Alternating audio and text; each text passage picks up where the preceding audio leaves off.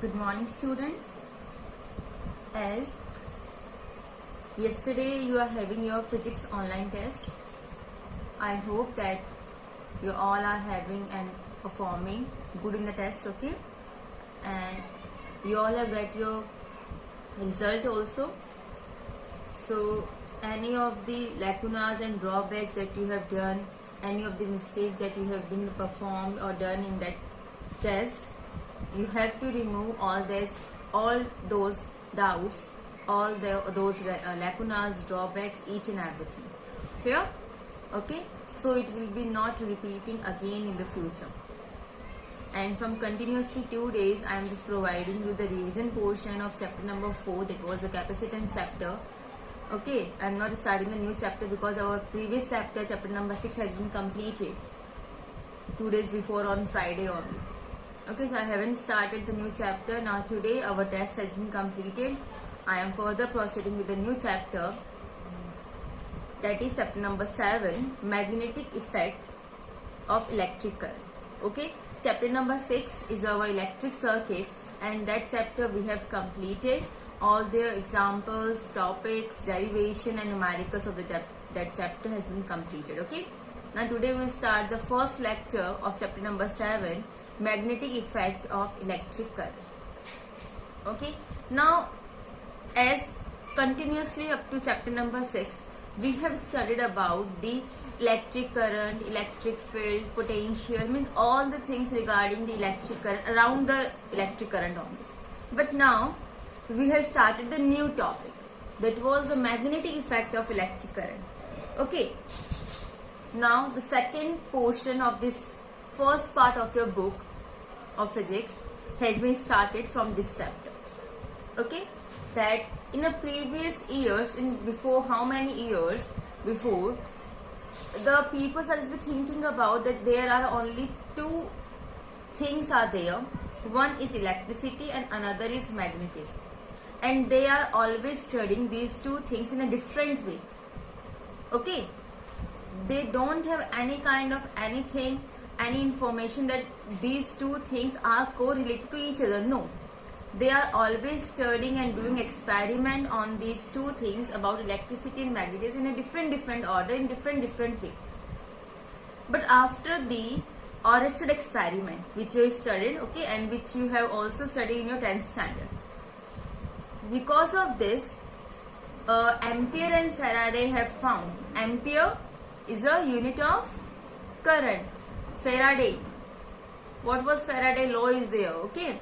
So from that, they have just found that a moving charge produce a magnetic field, and a moving magnet produce electric current. Okay, just understand what I'm saying. Okay, the thing is, according to them, when they are just be finding and doing experiment on these two subjects, it was your electricity and magnetism, they have found that the moving charges produced magnetic field. Moving charges produced magnetic field, and a moving magnet produced electric current. Means both the things are correlated to each other and are dependent on each other accordingly. Due to the charge, magnetic field is produced, and due to the magnetic field, the charge electric current is produced. Okay, and afterward, after the discovery or development of this thesis, then further different scientists are work on that, and they have found and new things, and then a new field of electromagnetism came into existence. Okay, before that they had just been studying these two things, electricity and magnetism, in different way. But after they are founding by the Oersted experiment that no, these two things are not a different thing, they are only one thing. They are simply depend on each other, either in a direct way or in an indirect way, but they are correlated to each other. And after that, a new thing has been come, and both the electricity and magnetism had depends on each other. Then we have started to study the electromagnetism, and then only the electromagnetism came into existence. Now you know it very well. The modern technology is based on the science of electricity and magnetism. Means all the things which we are using nowadays are just be the combinations of these two things. Either they are having electricity or they are having magnetism, but little bit amount of these two things they are having in their apparatus, in their connections. Okay, and the important devices for our common use also, like electric power, telecommunications, television, mobile, means all these things are just based on the electromagnetism. Clear? Now in this chapter what we are going to study? We are going to study about the magnetic field produced by the current carrying conductor. Okay, and any of the conductor which is carrying a current that can produce the magnetic field, and this is also called the magnetic effect of electric current, which is the name of our chapter. Clear? And in this afterwards we will study about that force on a moving charge in a magnetic field. Okay, if any of the charge is moving in a magnetic field, what was the force applied on that? Okay, there is a device about cyclotron and all. Okay, so we will discuss all these things in these two chapters. Means you have just come to know about that the 80 to 90% of the topics of the magnetic field and magnetic effect has been covered in these two chapters, chapter number 7, chapter number 8. Okay, and many of the things are simply correlated with our all the previous chapter which we have studied the topics in the electric field also. Okay, so as we are studying the different topics in these chapter number 7 and chapter number 8, we have also correlating that topics with the previous topics of electric field also. So that was make for you easier that you are able to understand the things. Clear? Okay, now started with the Oersted experiment, and this experiment you have done before.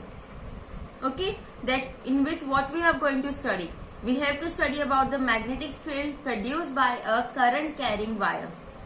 Okay, and for that there is an arrangement. In it, a conducting wire AB is connected to a key. Conducting wire AB is connected to a key, and a battery with a rheostat. One rheostat is also there. A magnetic needle is placed under. There is a magnetic needle which is placed under the wire and parallel to it in north-south direction. You know the property. Afterwards we are also study about the property of it also, that when the magnet is in a rest, then the magnetic needle of a compass is always shows in a north-south directions. Okay, so for that also, so here we are having three different conditions. In a one condition, that wire AB is connected with the key and the battery along with the rheostat, and now in the first condition the key is not closed, beta. Key is open. Just remember I haven't put a dot sign over here. Clear? Now further, in a second condition, I have just closed the circuit. This was a complete circuit, then closed circuit. And in third condition, I have just interchanged the polarity of a battery. Here the positive is on this side and key is having the negative portion. Now I have just interchanged positive and negative terminal of the battery. Of these three different condition, what Oersted found from these experiments, from his experiment, from these different condition, what he observed? Now in the first, when there is no current in the wire, because key is open, beta, key is off, key is not be on, so our circuit is open circuit. Okay, so when there is no current in the wire, the magnetic compass needle remain parallel to the wire. Okay, it will not deflect because not even a single amount of a current is flowing through the wire. So the magnetic compass needle remain parallel to the wire. But as soon the key is pressed to pass the current, the needle gets deflect. As I have just switch on the key, close the circuit, then the magnetic compass needle starts to show the deflection. But in the first condition, the circuit is open, not even a single amount of current is start flowing in the wire AB. So no any deflection is there in the magnetic compass needle, and it will be parallel to the wire AB. Clear? Now in the second condition, what we have to do? The deflection is increased by increasing the current or by bringing the needle close to the wire. What we have done? We have just closed the circuit by off the key. Okay, sorry, on the key. Okay, as we on it, the current will start to flow from this direction. As the current will start to flow from this direction, or we have just put this needle nearby the wire from which the current is flowing. Then as the current increases, the deflection is also be increases. Or as you are just be kept this magnetic compass needle near the current carrying conducting wire, the deflection is increases. Clear? Now, in the third condition, what I have done? I have simply interchanged the polarity of a battery. Simple as that. Okay, here positive on a direction, A point, and negative with the B point. Now here I have just been interchanged negative with the A, positive with the B. Okay.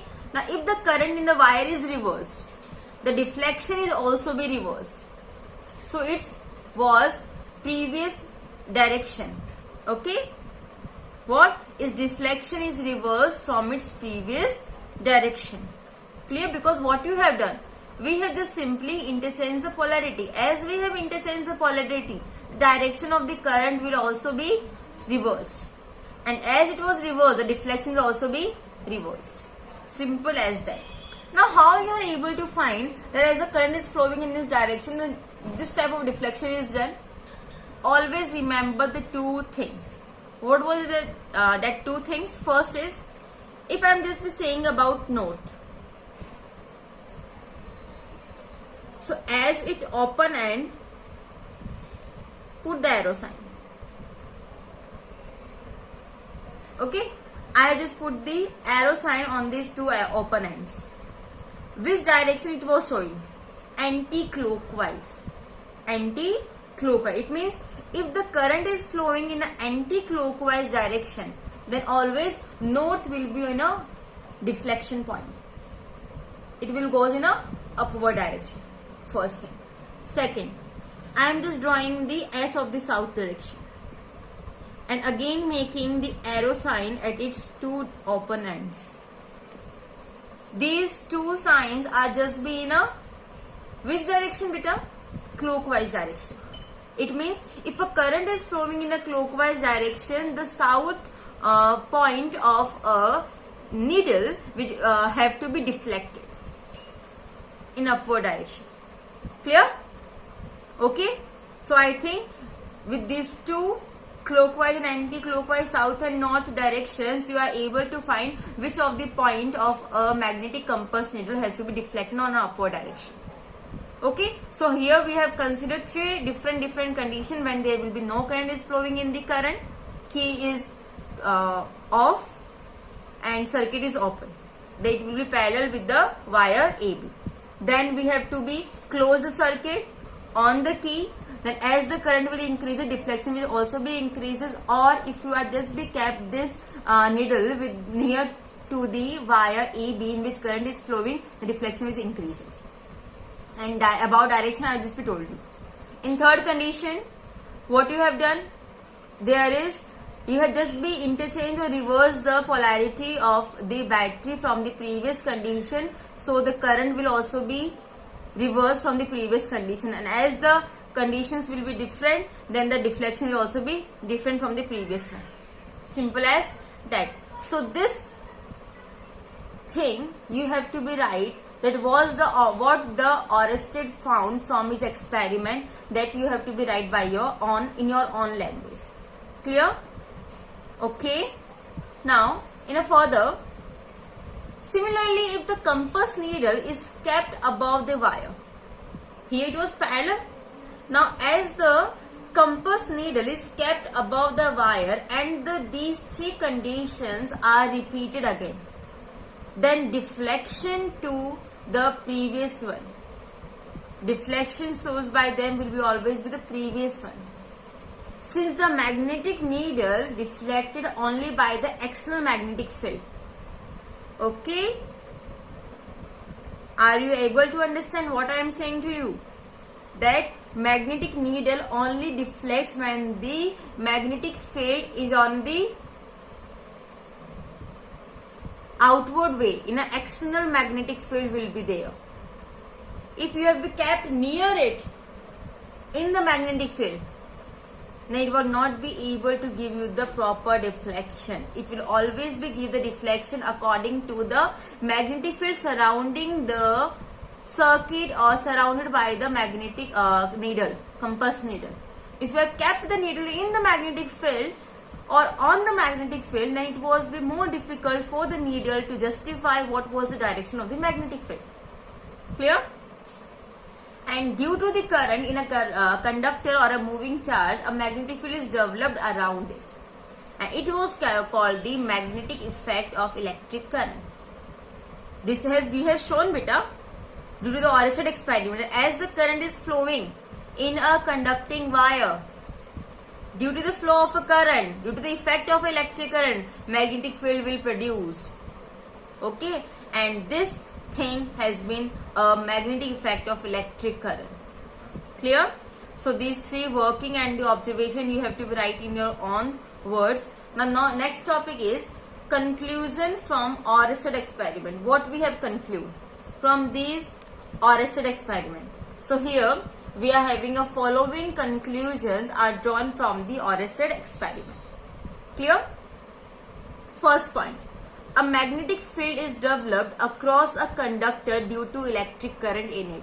Right now I told you in the Oersted experiment what we have observed or what we have concluded that due to the flow of electric current in a conducting wire, a magnetic field is developed across the conducting wire. Okay. Second, the magnitude of magnetic field increase with the increase in the current. So also we have shown in the second one for condition that as the current increases, the magnetic field will also be increases. Its magnitude will also be increases. Clear? Third point. The magnitude of magnetic field depends on the relative distance from the conductor. It decreases with the increase in the distance. Again I am repeating in a second condition I have told you. As you are kept the magnetic needle nearby the conducting wire AB, its deflection increases. As the distance increases, the deflection will decreases. Okay, so the magnitude of the magnetic field depends on the relative distance from the conductor also beta, and it decreases with the increase in its distance. Clear? Fourth point. If the current is in S to N direction, S to N direction, South pole to North pole direction, the North pole of the magnetic needle placed under the wire deflect towards West direction. So as in this, it was says that if the current is flowing from South to North direction, okay, then always the North pole of a magnetic needle always deflect towards the West direction. And how it is possible beta? It would just be simply possible that just look into this diagram. Okay, now if I just be assuming that in this circuit a magnetic compass needle has been placed. It was placed. Okay, now this was the south direction. Okay, and this was your north direction. Okay, now the current starts to flow. Now as current starts to flow from positive to negative direction in this wire.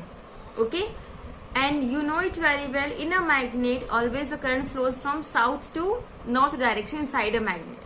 This was one of the property of a magnet. Okay, so it was means a south to north a current is flowing. South to north. If the current is flowing from south to north, it was making a anti-clockwise loop, and always north has been deflected towards the west. South, north, west, east. Okay, so when the current will flowing from in this way, means from south to north, positive to negative in an anti-clockwise loop, So according to the anti-clockwise loop, always the north deflect towards the west. In upward direction, west is there. Just opposite it. South, north. Current is flowing from north to south. Current is flowing from north to south. Then always be north is deflecting towards the west. Sorry, east. Clear? Okay. So this is all about the conclusion. Okay. So now look at these points. If the current in the conductor is in a north to south, the direction or the deflection will be towards the east. Okay. Now sixth one. The direction of a magnetic field above and below the conductor are in opposite direction. Okay. Above or below the conductor, it will just be parallel. Above and below the conductor, it will always be shows the opposite direction.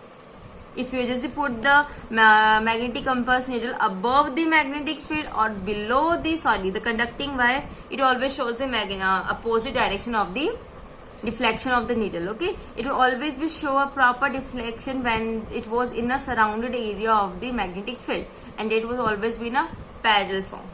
Clear? So this is all about the conclusion of the Oersted experiment. Now, in a further, we will discuss about the magnetic field. If what you are just be already study about the in chapter number 1st about electric field. We have defined about the electric field. What was that electric field? Just correlate all this topic with the previous chapters. What was electric field? A force on a unit positive test charge at that point. Isn't it? Force per unit positive test charge. Electric field E is equals to F upon Q naught. Okay. Here from also we know that the charge can be exist in a monopole. Single pole in a single polarity. But always we remember the magnet doesn't exist in a monopole. It always have a dipole condition. Two poles, north and south pole, always be existed. Okay, so we know that magnet monopole does not exist. So we use another method to define the magnetic field, because in the charge a single unit positive test charge Q naught is there. So we have simply defined the electric field force upon test charge. But here magnetic field doesn't exist in a monopole, so we have to choose a different method to define the magnetic field.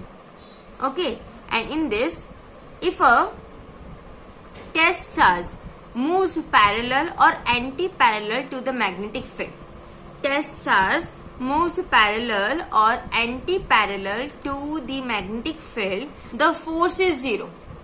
Force is zero. In the absence of electric field, means electric field not be there, force will become zero. Then in the absence of electric field means there will be no any, we are neglecting the gravitational field also.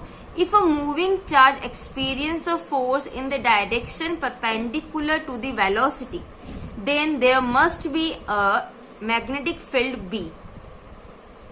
What I am saying to you, just understand it carefully, that if the test charge, it moves parallel or anti-parallel in any of the direction to the magnetic field, then the force is zero.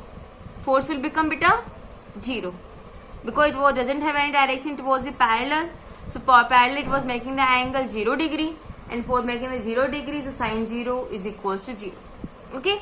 So in the absence of the electric field, force is not be there, then electric field will not be there, it will also be absent, and we are also neglecting the value of gravitation field also. Now in all these conditions, if a moving charge experiences a force in the direction perpendicular to the velocity, means the charge is moving in this way, then the force experienced on a moving charge perpendicular to the velocity, the magnetic field. Okay, so it will always be exist a magnetic field. Clear? Now it is our magnetic field is our vector quantity. So the definition of a magnetic field or magnetic induction, magnetic field or magnetic induction both are the same thing, can be given by the force experienced by a moving charge if a charge Q is moving with the velocity v at an angle theta with B. The force on the charge is equals to Q into V cross B. Okay, means a force is experienced by a moving charge if a charge is moving with velocity v at an angle theta with B. Which angle? Cos theta. Cross product, okay? So sin theta. The force on the charge is this. Clear? Equation number 1. So when we have removed the cross product, then always we have having a sign, okay? So F is equals to QVB sin theta. Now here theta is the angle between B and V, which I just already told you that angle between B and V is theta. So BV is having a angle theta. The magnitude of the force F, we are just taking the value in its magnitude form. Okay, QVB sin theta. Now angle theta is equals to 0 degree. Then only we have get the maximum value of a force. Then sin 90 is equals to 1. So F maximum is equals to QVB. And from here B, magnetic field, magnetic induction B is equals to F maximum upon QV. This is equation number 2. And here in equation number 2, if we kept that charge is of your 1 coulomb, velocity is of your 1 meter per second, then always we remember magnetic field is always be equals to maximum force which we have experienced, which we have developed. Okay, so hence the magnetic field at any point is equal to the maximum force experienced by a unit charge moving perpendicular to the magnetic field with unit velocity. What I am saying, that the magnetic field at any point is equal to the maximum force experienced by the unit charge moving perpendicular, making the angle 90 degree to the magnetic field with the unit velocity. Okay, so this is all about the definition of a magnetic field. Clear? Now I have just told you that magnetic field is your vector quantity and its SI unit is Weber per meter square. Weber per meter square, and also be termed as Tesla. Either Weber per meter square or Tesla. So 1 Tesla is equals to 1 Weber per meter square or is equals to 1 Newton per ampere meter. How this value has been come across to us? 1 Newton per ampere meter. I just told you. The formula F is equals to QVB by putting the angle 90. Okay, QVB. We have to find the value of B. So F is equals to QV.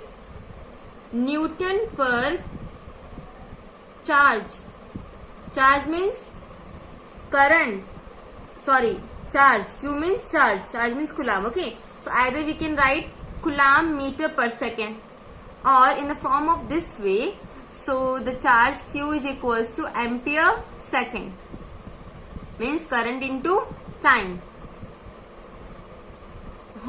Current into time. Ampere second. And then the velocity. Velocity means meter per second. Second and second cancel out. Newton per ampere meter. Clear? This is how we can easily define or derive the unit. So 1 Tesla is equals to 1 Weber per meter square, 1 Newton per ampere meter. In a CGS unit, in the CGS system, the unit of B, the magnetic field, is Maxwell per centimeter square or Gauss.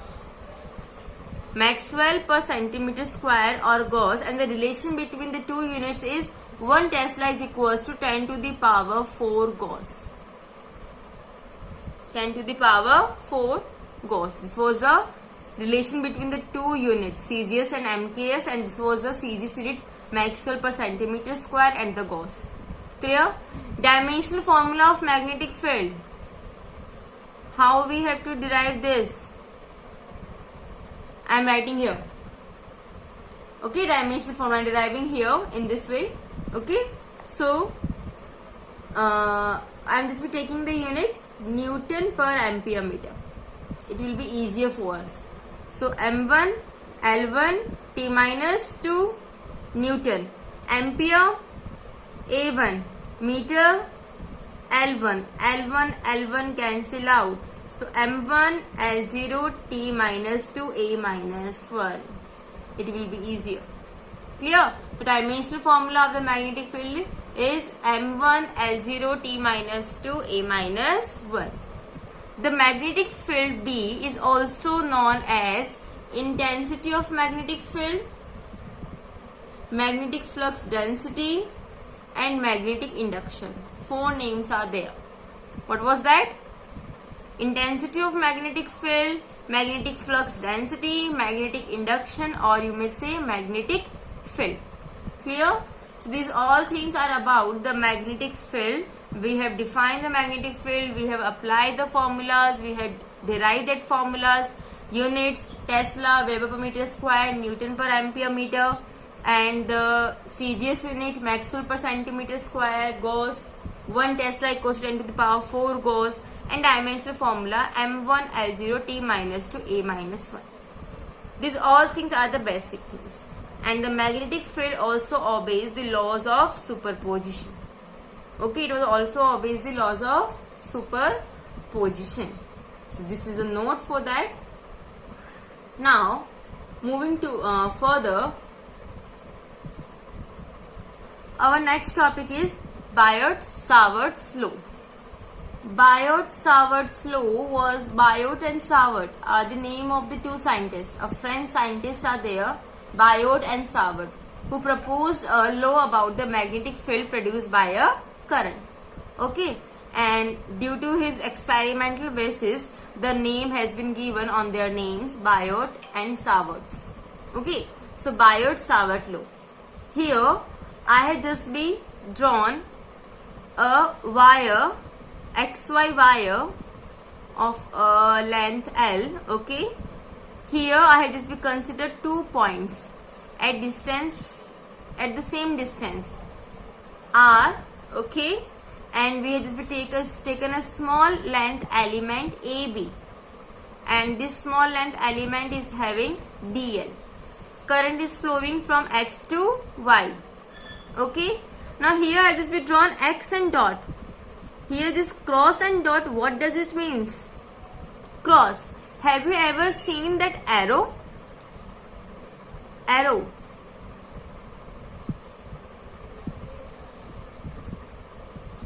Arrow is like this.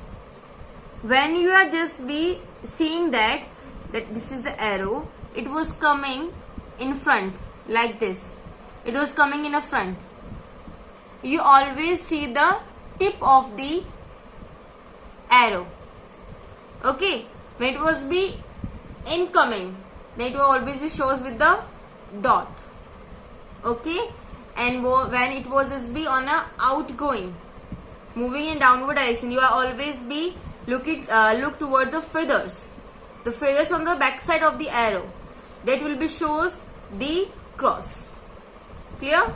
Now the current is flowing.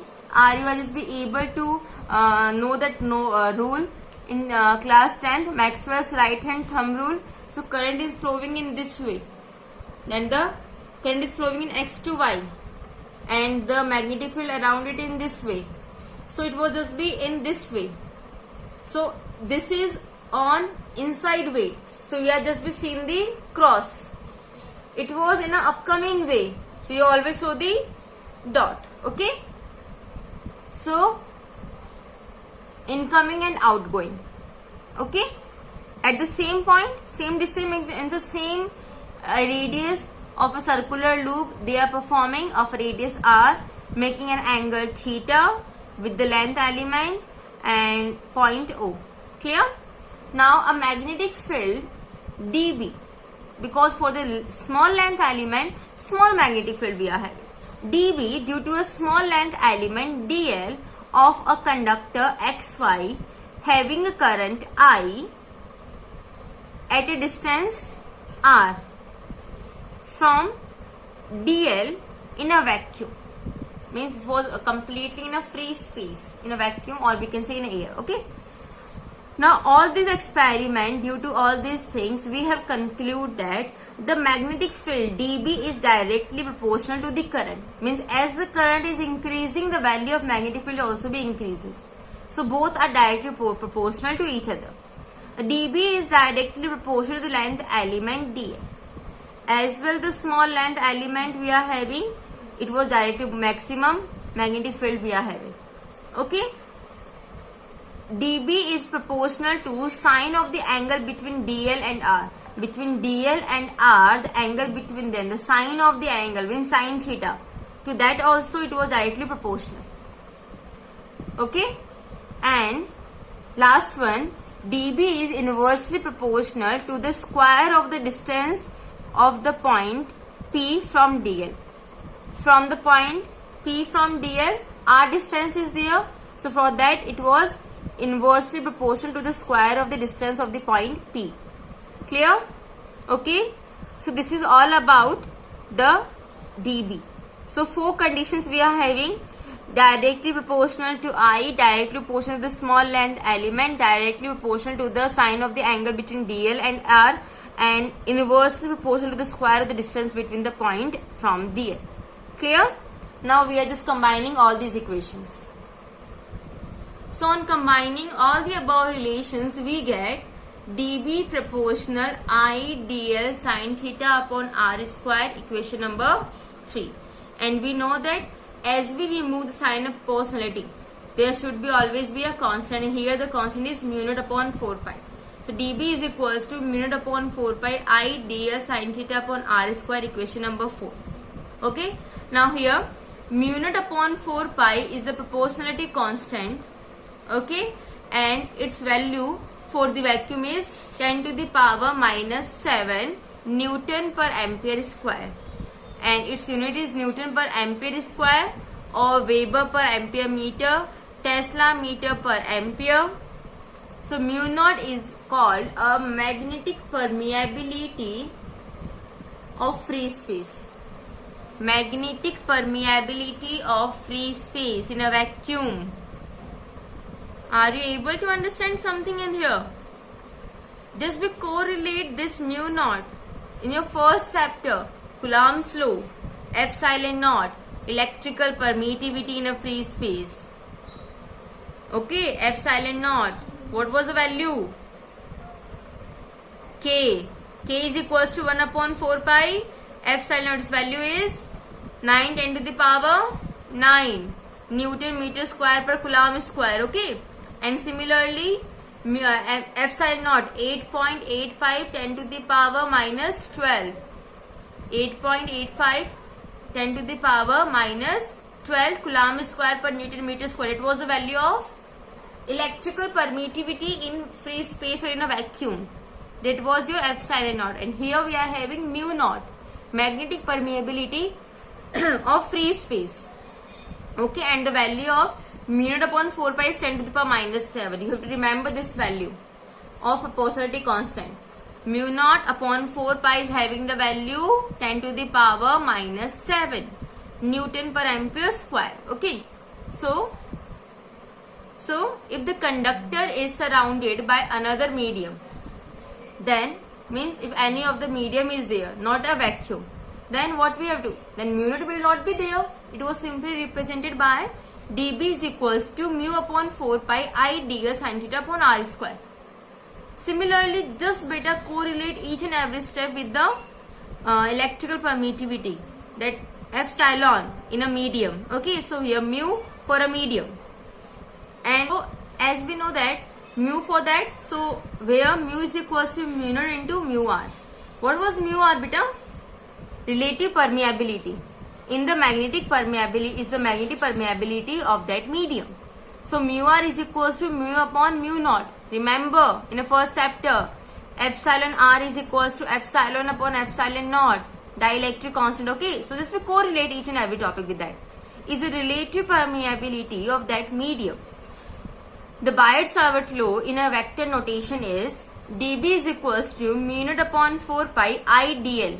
Sin theta 90 degrees, sin 90 1 r square, and for this r square vector notation unit vector is r cap, and we know that for the unit vector the formula is r vector upon magnitude of the r. So in place of unit vector we have to put r vector upon magnitude. So r square into r cube. So dB is equals to mu naught upon 4 pi I dl r vector upon r cube, equation number 7. Clear?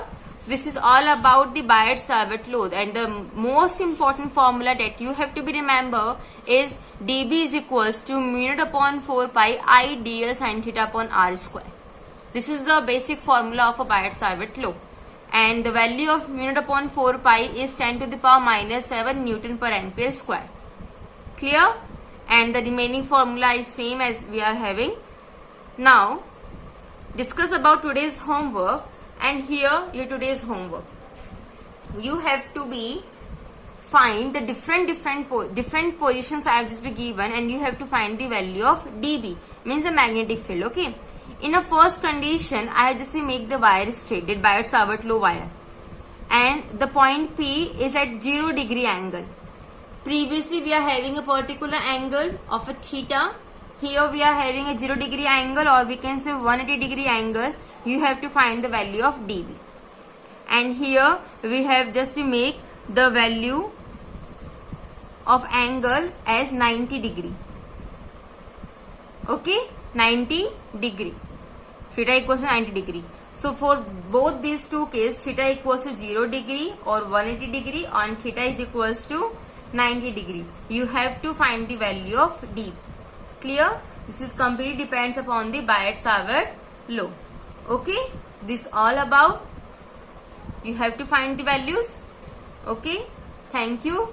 That's all for today.